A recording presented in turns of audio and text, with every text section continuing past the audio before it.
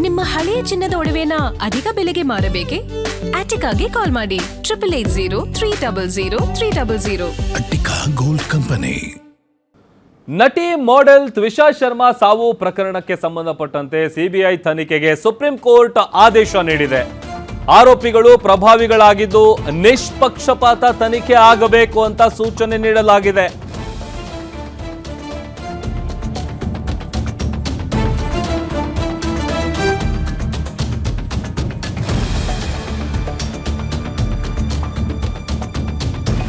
ನಟಿ ಮಾಡೆಲ್ ತ್ವಿಷಾ ಶರ್ಮಾ ಸಾವು ಪ್ರಕರಣದ ಸುತ್ತ ಅನುಮಾನದ ಹುತ್ತ ಬೆಳಕೊಂಡಿದೆ.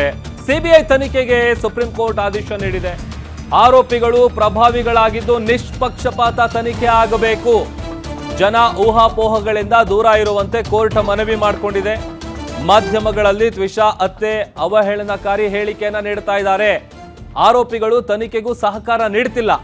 ವಿಚಾರಣೆಯ ವೇಳೆ ಎಸ್ಜಿ ತುಷಾರ್ ಮೆಹ್ತಾ ಅವರು ವಾದವನ್ನ ಮಂಡಿಸಿದ್ರು. ಮೇ 12ರಂದು ಅನುಮಾನಾಸ್ಪದವಾಗಿ ತ್ವಿಷಾ ಶರ್ಮಾ ಸಾವನ್ನಪ್ಪಿರ್ತಾರೆ. ಆಕೆಯ ಸಾವಿನ ಸುತ್ತ ಹಲವು ಅನುಮಾನಗಳು ಹುಟ್ಟುಕೊಂಡಿದೆ. ಪತಿ ಸಮರ್ಥ್ ಸಿಂಗ್ ಮನೆಯಲ್ಲಿ ತ್ವಿಷಾ ಶವವಾಗಿ ಪತ್ತೆಯಾಗಿದ್ಲು. ಅದೊಂದು ಕಡೆ ಇದೇ ವಿಚಾರಕ್ಕೆ ಸಂಬಂಧಪಟ್ಟಂತೆ ಈಗ ಸುಪ್ರೀಂ ಕೋರ್ಟ್ ಒಂದು ಮಹತ್ವದ ಆದೇಶವನ್ನು ಹೊರಡಿಸಿದೆ.